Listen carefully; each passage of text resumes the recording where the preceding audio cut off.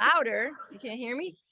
Welcome, you guys. We're going to go over everything Alligator Lighthouse today. I realize it's a Friday at noon and a lot of people have to work, but this is just for the Full Circle community. I'm not publishing this out to everybody. But Lewis, I'm thankful that Lewis and Ollie are here. They're actually teammates this year, which is pretty cool. And unfortunately, I was really looking forward to racing against them, but unfortunately, I have come up with an injury. Actually, it was a result of my bike wreck. So I'm just not willing to push through the injury to delay my healing. So I will be there supporting you guys from the beach. I've still got my hotel room. So I'll be there, but I'm super excited. I mean, this is one of my favorite races. This will be the 8th year that they've had it, and I've done it every single year. And I was just talking to Lewis, he's done it twice and he's doing it again. This will be his 3rd, and Ollie did it last year.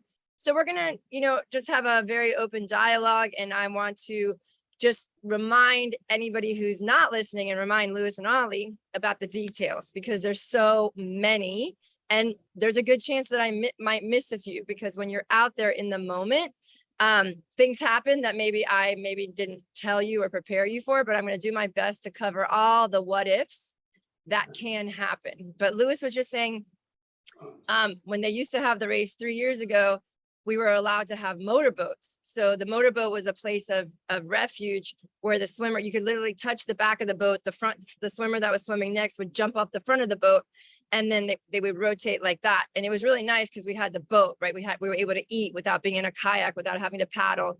And we had a captain, but the race directors just found it was too dangerous because there's so many swimmers in the water. So it does make sense that they don't have the motorboats anymore. But I will tell you, it is more of a race. Like the last 2 years that I did it, where we were not allowed to have motorboats, it was race, like it was serious. Whereas before I felt like, okay, we were lounging on the boat, relaxing. Now you're working, whether you're in the kayak or you're swimming, you're working the entire time. So, it is more of a race event in that sense. And I love the fact that in this particular swim, which not all of them do this, so let's talk about like the logistics of how often you're going to switch. This particular swim, the first swimmer, whoever that is on your team, the 2-person or 3-person or 4-person team, the first swimmer has to swim 30 minutes or to the first buoy. They designate the very first buoy. You cannot make any switches until that first buoy. And the kayakers, whether there's 1 or 2 or 3, whether you're in a double kayak or 3 single kayaks, whatever the case is, are waiting, off to the right-hand side. And all of the swimmers that start, they have to go over underneath a timing arch, and you have a chip on your ankle. And you have to start there when the gun goes off. And there's different waves. So I believe the solo swimmers go first, the 2-person teams go second, the 3-person teams go third, and the 4-person teams go last. However, I could be wrong, right? So they make changes all the time. You must attend the mandatory meeting at the race site. Okay, so the day before, on Friday, you've got to make it down to Isla Mirada and Amara Cay, and you have to attend one of those meetings. They have like 3 meetings that day. Please make an effort to be there. It's better if the whole team goes, because then no one is kind of like left out of the loop as far as what's happening. If you don't know what's going on, it can affect your entire team. Okay, so let's talk about like after that 30 minutes, this race, which is so awesome, you can switch whenever you want to. Now in Key West, you're not allowed to do that. It's a 12-mile loop around Key West, and you have to swim 4 miles straight on a 3-person team, or 6 miles straight on a 2-person team. So this one is way better as far as saving your energy, and you can actually finish the race faster because you can swim harder in what I recommend, starting at 20-minute intervals. So I recommend 20-minute intervals to the Lighthouse. You could switch to 15 if you want, but like usually, I do recommend a little bit of warm up. So everybody who's over in the shallow end, like just at least get out and like stretch your arms, right? And get a little bit of swimming going.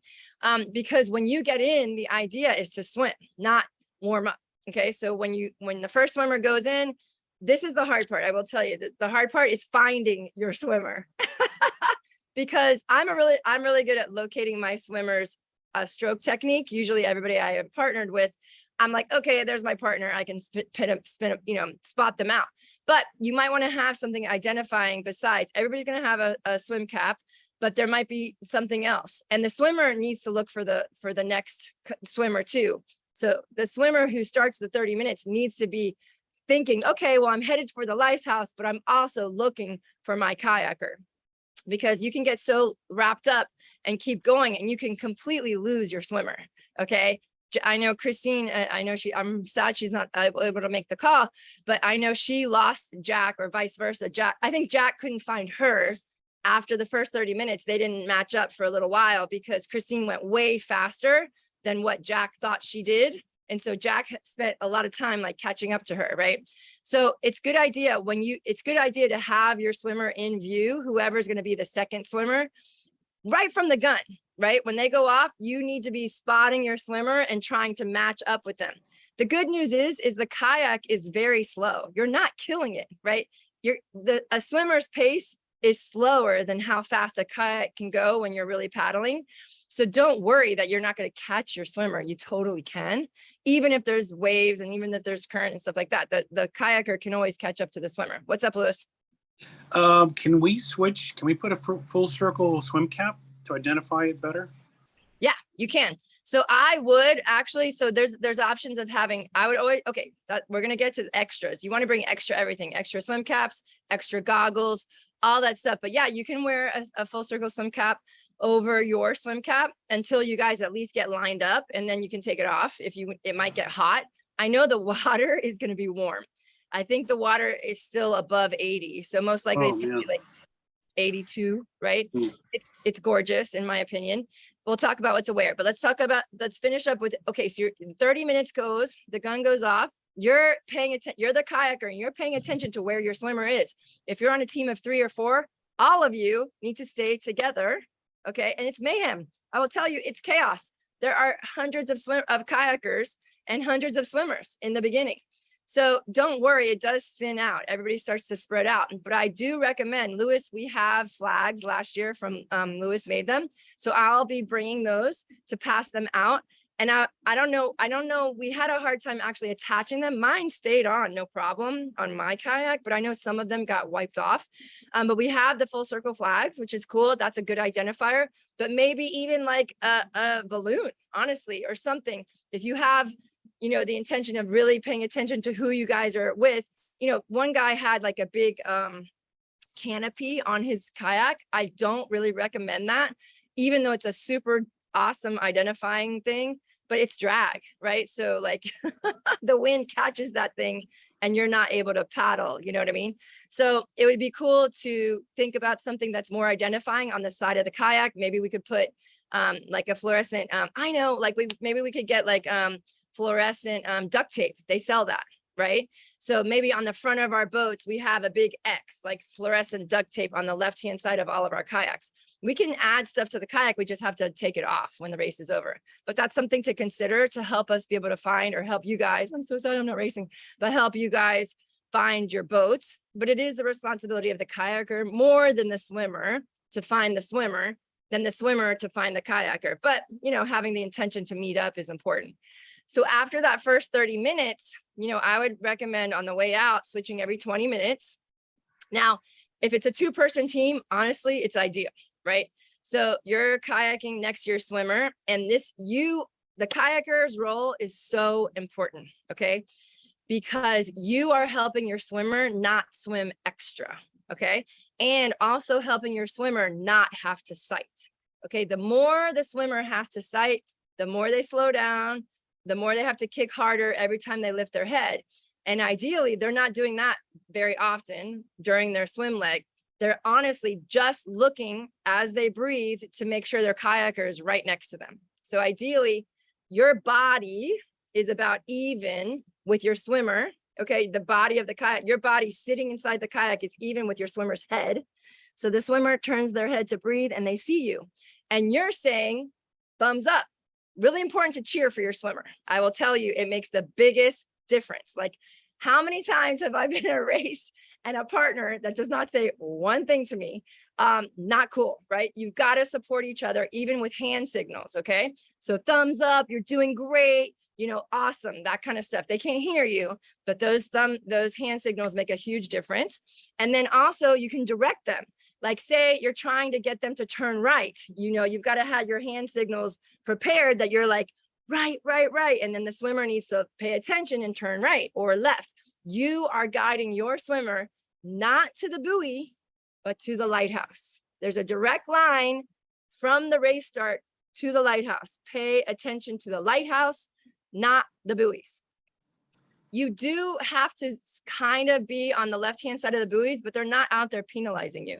You just want to, have a direct line, the shortest line to the lighthouse, okay? So you're switching every 20 minutes, I recommend. If it's a 3-person team, you have to decide before you leave what order. I recommend having an order and sticking to it. So food, we're gonna get to the whole food thing. That's a totally separate topic. Let's talk about just the transitioning. So how to transition. So the kayaker will say 5 minutes. Okay, when it's 15 minutes is up, 5 minutes is left, right? 5 minutes. You're getting your swim cap on, you're getting your goggles on, you've already got your speed suit on, you are getting ready while you're paddling next to your swimmer. It's a big job. You are getting prepared. 2 minutes, right? 2 minutes. You tell your swimmer. They're like, okay, great, they're ready to go. And then at the 1 minute mark, you go ahead. You swim ahead in line with the lighthouse, and then the swimmer swims to you. In that 1 minute, you get about 200 yards ahead of them. You jump out of your kayak. You hold the kayak for them. They touch the kayak. Ideally, if they need help, you're going to help them get in. If they don't need help, I would suggest, bye, you start swimming. and this is for you guys mostly. Your experience, you and Ollie, you can totally handle that. You guys can both get in the kayak, no problem. And you can catch up to your swimmer, right? That's how you do it if you want to do well. Now, everybody else who's maybe not racing as quickly, you want to wait for your swimmer to get in the kayak, maybe help them by counterbalancing on the opposite side of the kayak so they don't tip the boat over. And then once they get a thumbs up from you and you get a thumbs up from them, then you on your way and swimming. Okay? Does that make sense, Louis? Did I miss anything? No, I just have a really quick question in regarding to the kayak being on the left of the buoy. Can I have a tendency of breathing more on my left? Can the kayak be on my left side? Yeah, your choice. Okay. But in general, you have to be to the right-hand side of the buoys. In general, you can't swim down the middle. There's going to be like I think there's like 20 buoys out to the lighthouse. You can't swim down the middle between the two sets of buoys. You in general have to stay to the right-hand side of the buoy. So the buoy's on your left. I don't care where your kayaker is. It's good that you and Ollie know if you only breathe left, Ollie needs to know she needs to be on your left side. Okay. Yeah, I mean, I can breathe both sides, but I feel more comfortable, more streamlined on my left. Okay, cool. And so Ollie, it's important for you to know what side do you breathe on. Okay, yeah. So for me, I breathe on both. So what I do when I'm in my swim, I pick a side and my kayaker stays on that side. And when I am feeling like I need to switch because I'm tired on that one side, I'll just make a quick motion. Hey, I'm switching sides, and then the kayaker moves over. Okay, but if you're gonna stick on one side, that's fine. Ollie now knows that, right? I won't run you over. Okay. And then my second question is, are we gonna try to do another practice? Because I missed one of last Saturday of practicing getting on and off the kayak, because I think that's more challenging than the actual swim. Yeah, you're right. Well, everybody did a really good job last weekend. I know Mark I'm thanking him so much because we had both of his kayaks, and I know he's out of town this weekend. Okay. But there's a chance he's going to listen to this recording, and there's a chance that he can maybe perhaps be willing, Mark, if you're listening, maybe you could bring one of your kayaks or both again, and you guys could practice one more time on Labor Day weekend. Okay. And we can ask him in the group chat too. He's not specifically in the group chat, his wife is, but she answers for him. Okay. So so then you're heading to the lighthouse, and it's kind of a luck of a draw, the timing and the current, if you are the one that gets to swim around the lighthouse. Like it's like my favorite thing. And like last year I wasn't able to do it. And Ollie was making fun of me because I actually made a live. I was on Instagram and I was like, I'm not gonna swim around the lighthouse. And like I was crying. But and you guys can go check my Instagram out if you want to see. I posted, I think 4 times live during the race. It was awesome. I had the best day. But I talk about food, I talk about waves, all that kind of stuff. And we're going to cover that today. But it is pretty cool when you get to round the lighthouse. You literally feel like you're going like a boomerang, you know, because the momentum going back is big. If you can time it right, you get around the lighthouse and maybe then you switch. It depends on your timing. I would switch to 15-minute poles at that point because you're going to have the current with you. There's always a current, the same general direction down there, and it's a diagonal. So on the way out, it's a diagonal from your left, you know, left upper corner. That's the diagonal that you're swimming against. And then when you round the lighthouse, you typically are faster going home, but you have to make sure you don't go off course because the current wants to take you left. So you have to be continually siding towards the hotel. Again, more on the hotel instead of the buoys. Okay. So I was really, Jack and I and Christine and me and my partner, we didn't look at the buoys and we didn't know last year or 2 years ago, was it last year, that the buoys actually got dislodged and they were floating away. So we didn't pay attention to them anyway. So it was fine. And we came in and we were like, where the heck is everybody? And we found out later that the buoys were actually drifting left and all the swimmers were following them. And I think that's what happened to you guys, right, Louis? Yep. Yeah. There was, well, when we circled around the buoys and we caught up with Olga's team, shortly after that, there were no buoys at all. Yeah. And we got a helicopter above us.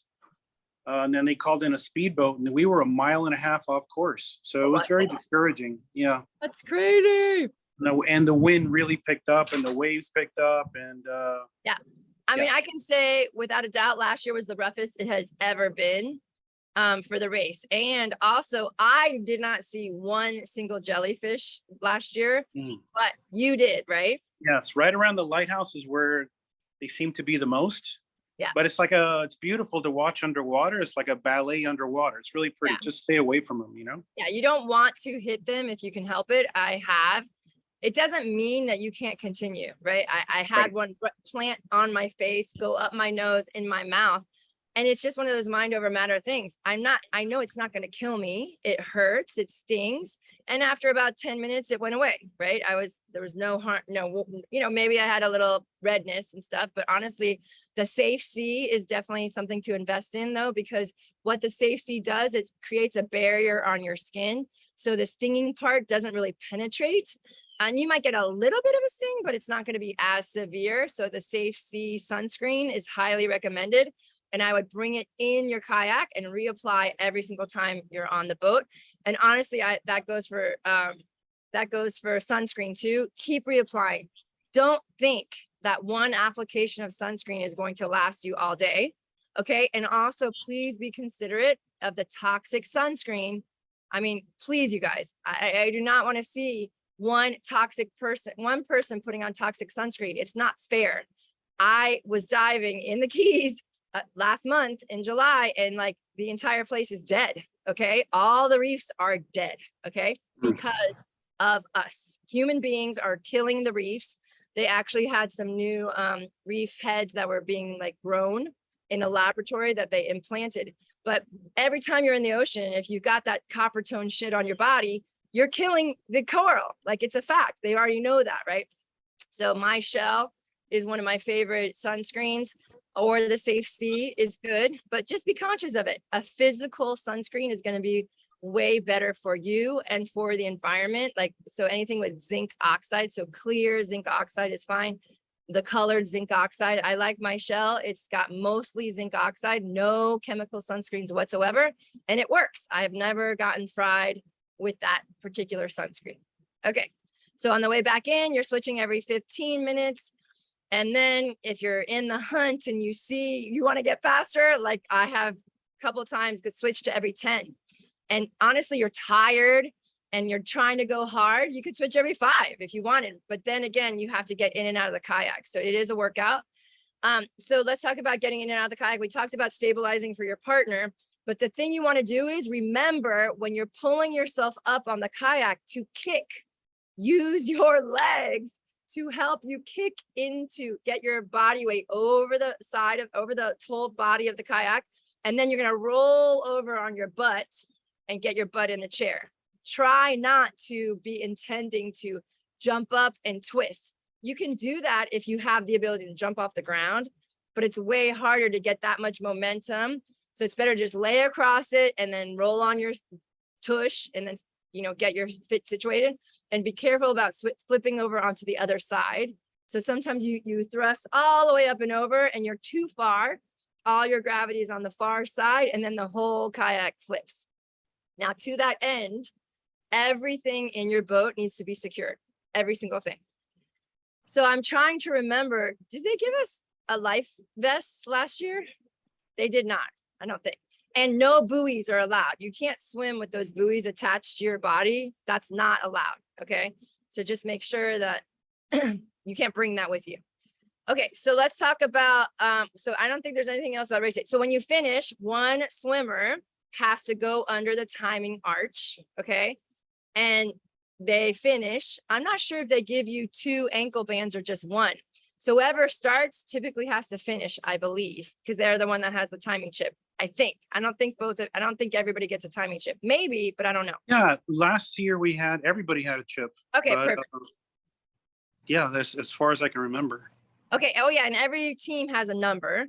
So that's also, you do have a flag. You know, they give you a little stick with your number. So remember what your team number is. If that will also help you find your kayak. So then whoever is the last one to finish, they swim under the arch and your time officially stops. And then what you can do is the kayakers can come in and you can hand your kayak off to volunteers and you guys can get out and go up the stairs and cross the finish line and get a photo, right? And then you can go back in the water and help your teammates get the kayaks out of the water. Okay. So Christine made it. I don't know if Christine, can you? All right, cool. So, okay, so that's all race day logistics. If you missed it, oh, here's Enrique too. If you missed it, you're gonna have to go back. So, hey, Enrique. Okay, so we talked about all race day. I mean, the patterning as far as your swimmer, your kayaker swims right next to the swimmer so that when the swimmer breathes to the right or to the left, the kayaker is right there leading them in the direction that they need to go. The swimmer is not responsible for where to go. The kayaker is, okay? So that's important to educate your whole team about. And Enrique, we talked about this earlier, but you want to make sure you have the same order of swimmers so everyone knows whose kayak to swim to and whose kayak is leading them. So typically you're gonna just keep switching. So let's just say you have a 4-person team. Let's say you're the first swimmer. You're gonna swim 30 minutes to the first buoy. And your son is going to be kayaking right to you at that 30-minute time. So then he's gonna swim and you're gonna get into his kayak. But theoretically, you should not be his leader because the next swimmer should be, right? So Okay. you can take a rest, right? It's actually a little bit of an advantage. You're taking a rest, you're getting some food, and then maybe it's Sophia. Let's say Sophia is gonna be leading your son. And who's your 4th? Vladimir. Vlad, okay. So then Sophia is leading your son. And then you guys, I recommend 20-minute intervals. So 20 minutes later, you know, your son likes to breathe to the right. Make sure Sophia stays on his right-hand side. You guys got to communicate all this stuff before. So then he's done. Sophia goes a minute ahead.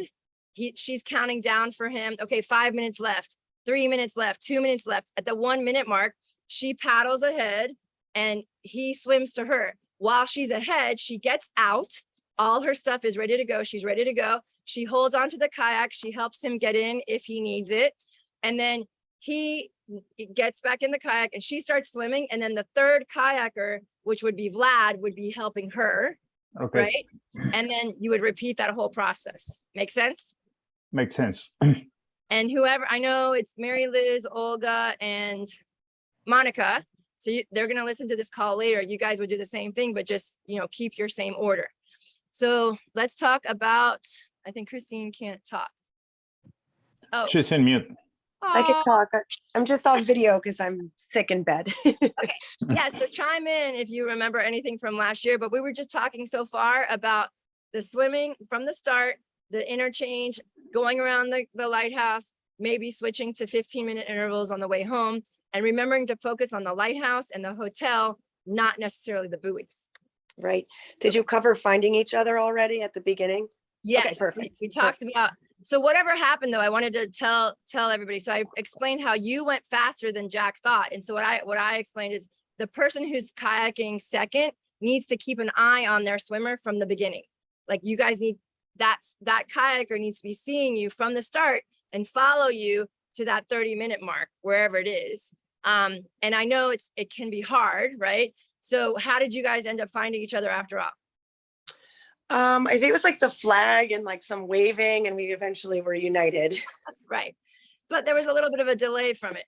So yeah, I was explaining like I can identify my partner's stroke, right? So that's lucky that I can do that. But you might want to have, like Lewis said, hey, maybe we wear the full circle green cap over the other cap, just the first leg, so that we are easier to reunite.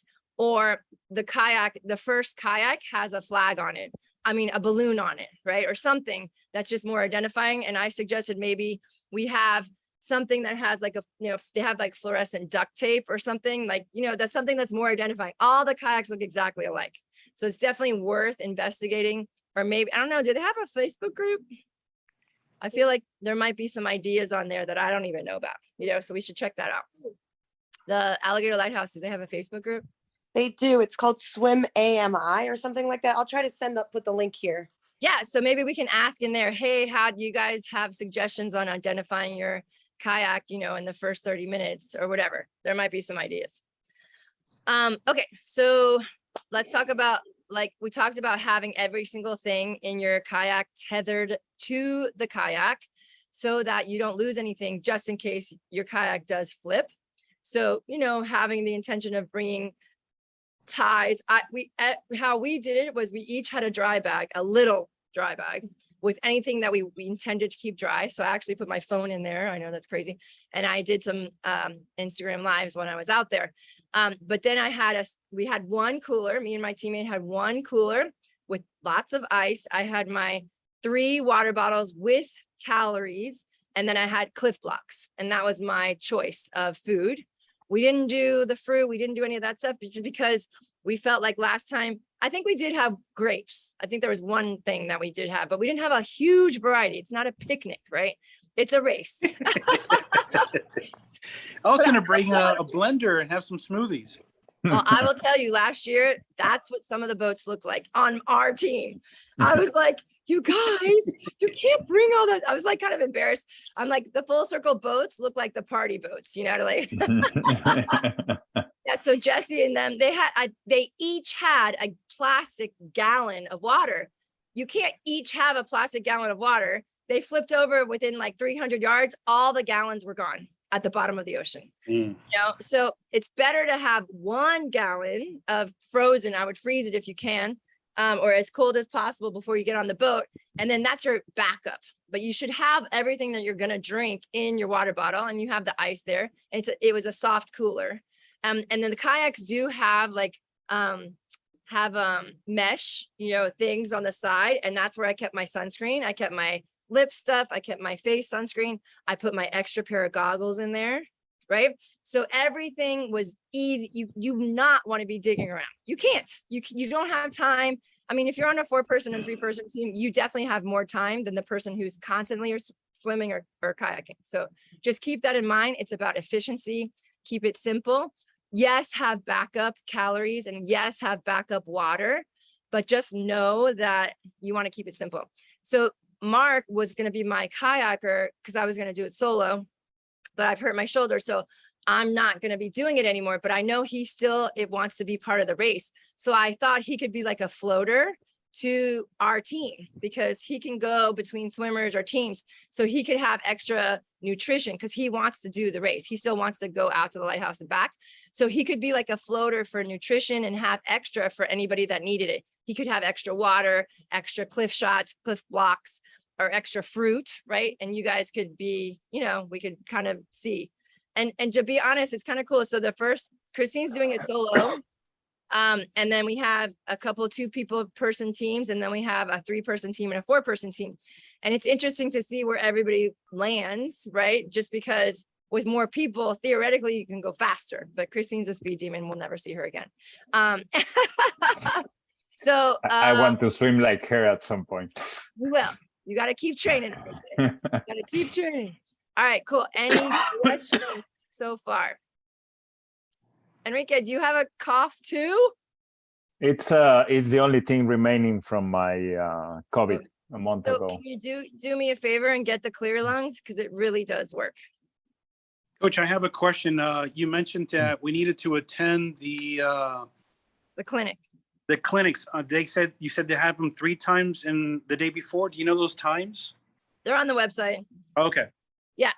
And it's just really great because they make changes. So I will give you an example. I did not attend the clinic one time because I'd already done the race 5 times. So on the 6th time, I just showed up with my teammate. We started the race. We're killing it. And everybody's making a U-turn. And I'm like, what the heck? Where's everybody going? And I'm like, the lighthouse is over there.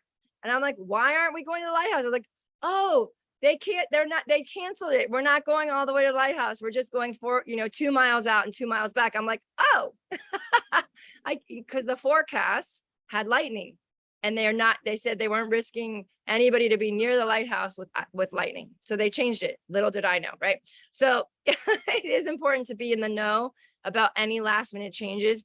They also give you the race director's phone number that you put in your phone. I suggest one cell phone on the boat. I do suggest one cell phone on the boat just in case, anybody gets into trouble. And honestly, those walkie-talkies were pretty awesome that we had at RAM, and everybody's going to be within a mile of each other, at least. So that might be something to consider, but the phone is good too. But yeah, so just attend the meeting just because any last minute things are going to give you the heads up about.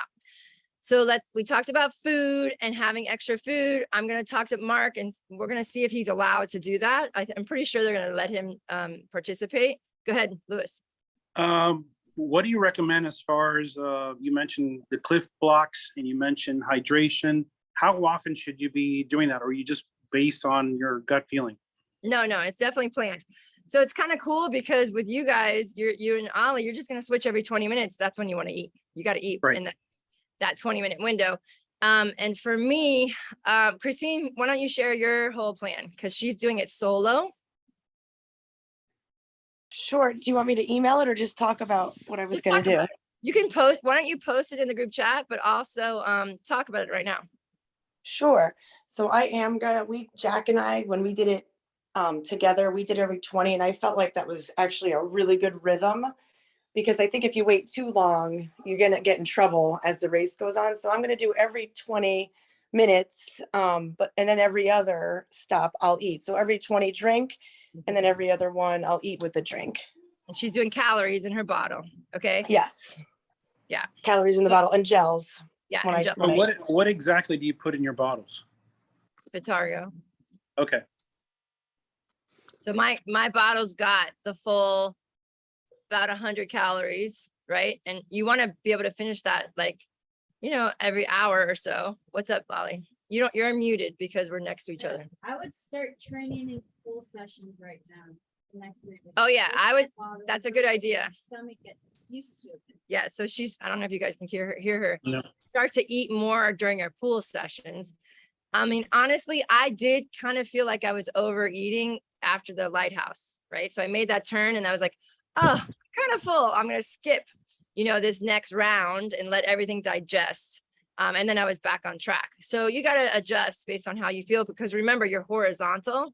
So, and all your blood is in your working muscles, which is your arms and your legs. But you guys that are on teams, I mean, you are going to have time sitting, which is going to help you digest better.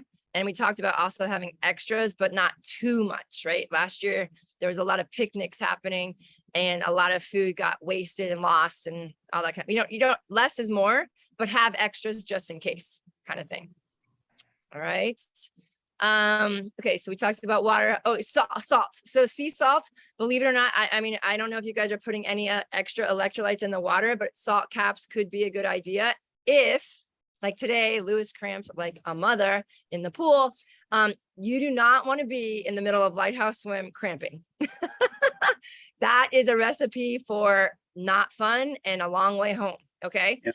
So the more you guys are supplementing with your magnesium this week, your liquid trace minerals, it is hot, you guys, and you actually sweat in the water. The water is going to be like 83 to 85 degrees. It's not worth not having those electrolytes with you.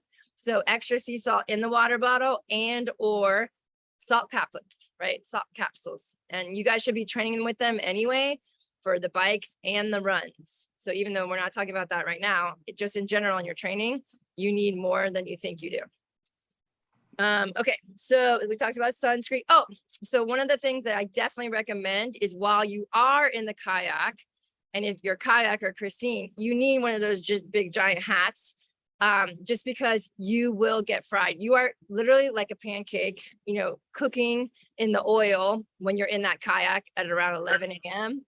And I will tell you, it's so nice to have the shade. I have the one with the, the big one that has the cinch. So if it's windy, it's not going anywhere. And then I have a towel that I actually keep wet. Like actually the full circle towel works great because it's that, that it wrings dry easily. So I dip it in the water and then I lay it over the top of my legs so my legs don't get fried, because you're literally little white pancakes. They're waiting to get fried and cooked. And that just helps keeps you cool as well. I like to wear my speed suit. It does make you a little bit warmer, but it also makes you faster. So also protects you from jellyfish. So I do wear my speed suit. I actually kept it, like sometimes I would take it off my shoulders if I felt hot, just to cool down when I would get in the kayak, and then I would put it back on in about 5 minutes from when I was going to swim again, and then zip it up in the back. I know it's a little tricky, but you guys can handle that. Okay, anything else? What are you guys going to wear, right? Do you know what you're going to wear? Ideally, your full circle swim shorts would be awesome. Your full circle bathing suit underneath, that would be great. Your birthday suit? No, I don't recommend that. Erin, do you recommend a long sleeve shirt while kayaking? Yeah, so yeah, definitely. They give you a good one that's SPF 50. So yeah, you could bring that with you. And then what you want to do is when you take it off to swim, tie it, like put it through one of the handles on the inside of the kayak and make a knot, just in case, stuff gets flipped out, it's not going to get lost. Okay. But yeah, definitely. Is it better that or one of those shirts that Either one. So honestly, the shirt that he's talking about, a button down, those fisherman shirts, those are great too, because you can actually just keep them all balled up in your bag, and then you can just put it over your shoulders. You don't necessarily have to put your arms in, and your kayaking, whatever the case is, they're easy to get in and out of too, maybe easier than the over the head shirt. Yep. Yeah, those are great options. Okay. And Coach, go ahead. Can you send a link in the group chat of where to get what do you recommend for the Vitargo, and the sea salt tablets and all that stuff, so I can start trying that out and see how my body reacts to it? Yes. So I'm sorry, because I don't take anything. I just I take gels every once in a while, and then a lot of fruit. Yeah, I'm sorry. Yeah, I'm really I should know better by now. Yes. I mean, I have some Vitargo. We can put a little packet together for you. But yeah, tomorrow on your long swim, or whoever's swimming on Sunday, you guys should plan on, taking breaks every 20 minutes and having stuff there and, taking a quick sip and then going back around, just to start to get used to that and not just go out and swim, the 3,000 solo. You know what I mean? Maybe plan on going like 500 out, 500 back. So it's 1,000, come in and take a little food and then go back out, just to practice that. And I know you're swimming tomorrow, Lewis, so I won't see you. But I'll be there Sunday as well. So okay. You're saying do 500 out, 500 in, go back inland, Yeah. eat, drink, and then do it again. Yep. Okay. So Christine says, Christine said, I don't know if you guys could, I think Christine's still sick though, but she says she has a half a container of watermelon Vitargo, would happy to share it. So that's one, she likes the watermelon Vitargo itself. I don't, I like plain Vitargo. So you got to make sure so I will tell you, Laura last year got ill during Yes, I was with her. Yeah. Yeah, she swears it's because she drank Vitargo, but it was a flavored Vitargo, not the plain. And No, I think it was because she had never tried the Vitargo, and she Right, tried that's it what for the first time the day of the race, which is a big no-no. That's exactly what happened. She was the first one out. It was me, her, and Carlos, but she did not do well. Yeah. It upset her stomach really bad. Yeah, so you definitely need to play with that. What? Honestly, there's Splenda in the flavored version. It's Splenda. I really don't like it. So, but you got to figure out what works for you, Lewis, for sure, between now and race day. Okay. Okay. So I'm trying to think about, jellyfish stings. We talked about a little bit. I would recommend bringing a little squirt bottle of vinegar. It just will help ease if you do get stung. But the most important thing to think about the jellyfish is, if they're there, I will tell you, we did it and there was probably 2 million jellyfish. They did not get us out of the water. They still held the race. Okay. So it's not like 99% of the time, if you get stung, nothing happens. Now, if you're allergic to bee stings, you could have an anaphylactic shock situation and you need to bring your EpiPen or consider not racing. But everybody else typically can handle it, right?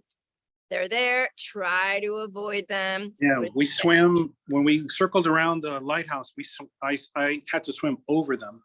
Yes. Because there was too many of them. It's either over them or under them, but deep enough that you don't get stung. So. Yeah, and there's some times when my head's down, I'm not looking forward.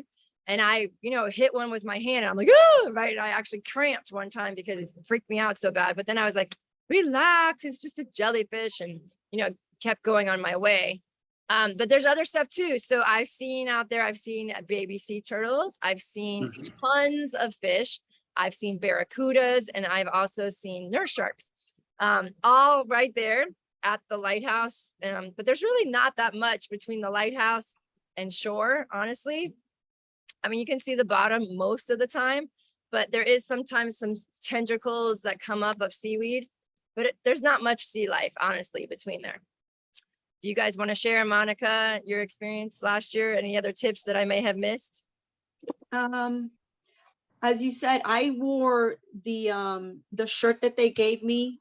I wore that when I would get out of the water, and I would wet it and put it over me. Yeah. And that would keep me cool as well. At the end, because we were like, forever. At the end, I would just jump in and swim with it, because it's like, okay, I'm just not going to be taking it off and on, and it was fine. Yeah, it was fine towards the end. And they do have those skin shirts. You can wear that. So you'll see people there that are head to toe covered in Desitin. Okay, like white. I don't think that that's necessary. I really, really don't. It doesn't let your skin breathe. It doesn't let your skin breathe. No, I don't know how they actually do it. But, yes, sunscreen, yes, reapply. And if you want to wear a skin shirt for the sun, great, but reapply on your face at least. Oh, I talked about extra goggles, so extra everything. Definitely. We were doing swim around Key West, and we had 2 pairs of goggles break on a 3-person team. So if we didn't have 2 extra pairs of goggles for the team, we would have been SOL, right? So definitely everybody needs to bring 1 pair of goggles extra. Yeah, I had that too, because my goggles were steaming up. They were like getting all foggy, and I had to change, and it helped me out. Also, bungee cord everything to your kayak, because it's gonna flip and you do not want to lose your stuff. So make sure that you have everything bungee corded down, because ours flipped over. Our single kayak flipped over like 3 times. Thank God everything was bungee corded. Now we would have lost everything, food and everything. Right. Yeah. So yeah, we don't want that to happen for sure. And for me, what helped me, I mean, was mainly fruit and Vitargo. That's what helped me out. And I had my bar cut up in pieces, and that also helped me. Yeah. Yeah, I But do you do recommend tend to eat too solid. much. It gets to Yeah. a point where it's like, oh, I don't want any more, you know? Right, exactly. But I do recommend, I took aminos too.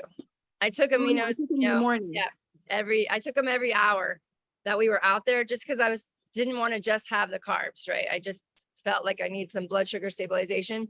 So Louis, if you want to, or anybody, Christine has posted the safety rules and regulations. Click the link there. And this is the Safe C stuff. I think it links to Amazon. Cool. Thank Thank you. I do have the sunscreen that you recommended last year, and Yeah, I shall. I only used a little bit of it, so that's good. Okay, And regarding the goggles getting fogged up, I would recommend bringing a little bottle of spit. Yeah. Always works really well. the spray spit. Yeah. Yep. That's always a good idea too. So, and then the thing is like, the most important thing is your technique, right? So as you get more tired, the more important your technique is, because as you get more fatigued, you drop that front arm, that's all drag. So remember, the rougher the seas, the closer to catch up you swim. You actually can do better, almost really swim and catch up when there's wavy seas. And we have no idea we're going to get on race day. I've been there when it's like a lake at the start, and up at the finish. I've been there when it's like a lake and stayed less than 1 foot the whole race. And then I've been there a couple times. Like there was one time where I was like, I couldn't get either side of breathing didn't work. I would breathe away from the wave would go over my head in my mouth. I would breathe toward the wave would go right in my mouth.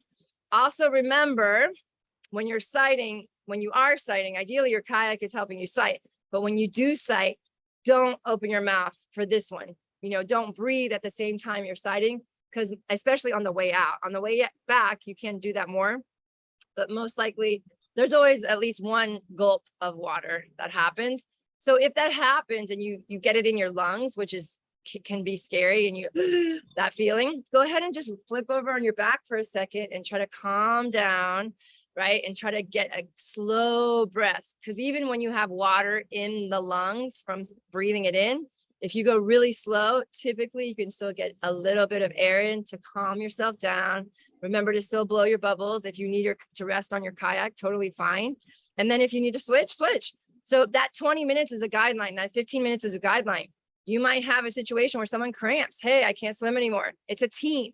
Remember, it's a team. It doesn't, no, you didn't swim your 20 minutes. Okay. Well, you want to stay here and argue about it, or you want to just keep going and I'll make it up on the next one. Right. So remember, we're there to support each other. Whatever happens, have fun. It is totally an adventure. You don't know what's going to get. You're in the wild ocean, right? And you can see some really cool things too. I mean, honestly, I've had times where I was drafting other teams, right? And then there would be some team that we would be like, every time I would swim, I would pass. And then every time my partner would swim, they would pass us. So it was like this cat and mouse game, and we became really good friends, and everybody was out there supporting each other. You know what I mean? So, have fun with it. That's the whole friggin' point. All right, guys, do you have any other specific questions? Anything you can think of? Ollie, Enrique, Louis, Christine, Monica? No? Are we gonna have the full circle flags again, or? I have them. I think I have like 8 left. So We need to I will figure out bring, how to really put them on the kayaks so they hold Yeah, on. I used last time duct tape, but apparently that didn't do well with the salt water. So there's got to be a better way. Those flags are really meant for cars, for car windows. yeah. So I had to improvise in the short time, but we got to figure out a way to tie them better. Is there maybe, the flags that they give us with the numbers, aren't those with like bamboo sticks or something? Yeah. Maybe we can use the bamboo sticks. I'll bring some maybe- tie wraps, Okay. and maybe we could Yeah, use that. maybe we can put it through the tie wrap and like it can be Mhm. like that. I'll be there the night before, so it should be good. Yeah, I plan on getting there like by 3 on Friday. I know some people are getting there on Wednesday. I want to aim for the 3 o'clock meeting. Yeah, me safety too. meeting. Okay, cool. All right, guys. Well, that's it. So Enrique, it's up to you to enlighten your teammates. But the more they are in the know, you know, the better. And having that strategy is helpful, right? Because Yeah. everyone here has done it except for you guys. Your team is like all newbies. Except Exactly. oh no, Vlad hasn't done it either, I don't think. No, You're 4 of us are fine. new. We were The all name of- newbies last year, so Yeah. you'll be fine. Yeah, you're If gonna be. you survived, you'll survive. Yeah, the name of our team is the New Kids on the Block. Oh, I love it. That's awesome. Okay, cool. And then of course, afterwards, you cannot leave. We do plan on having a little after party right on the beach. They have a great little bar. The pool is awesome. And we just hang out and have a good time. And I do recommend getting tickets to the dinner. It's awesome. It's fresh fish. You get, you know, everything, and it's so nice. You're right by the ocean. And then the award ceremony, I am expecting a few podiums from the group. So yeah, so I definitely think it's worth it to come and get tickets and hang out for the rest of the night. Our hotel, if you're not staying at the Amara K, the awards dinner is like 2 hotels away, so less than like, you know, 500 yards, I think. But it was really, really nice. I know Laura stayed at the hotel where the party was. And then I was still in bed by 8:30. It was awesome. But it's just a nice time. So if you guys have any questions, let's keep the communication up on the group chat, and we're gonna have a great weekend. Okay. Excellent. Thank you. All right, bye you guys. Have a great day. Thank you very much. I'll send out the recording. Thank you. Okay, wait, did I push record? I don't know. Yeah, you did, because when I Yes, connected you late, did. it Where did says it it say? was Oh, there it is. recording. Stop recording. Okay, cool. I was worried. Bye.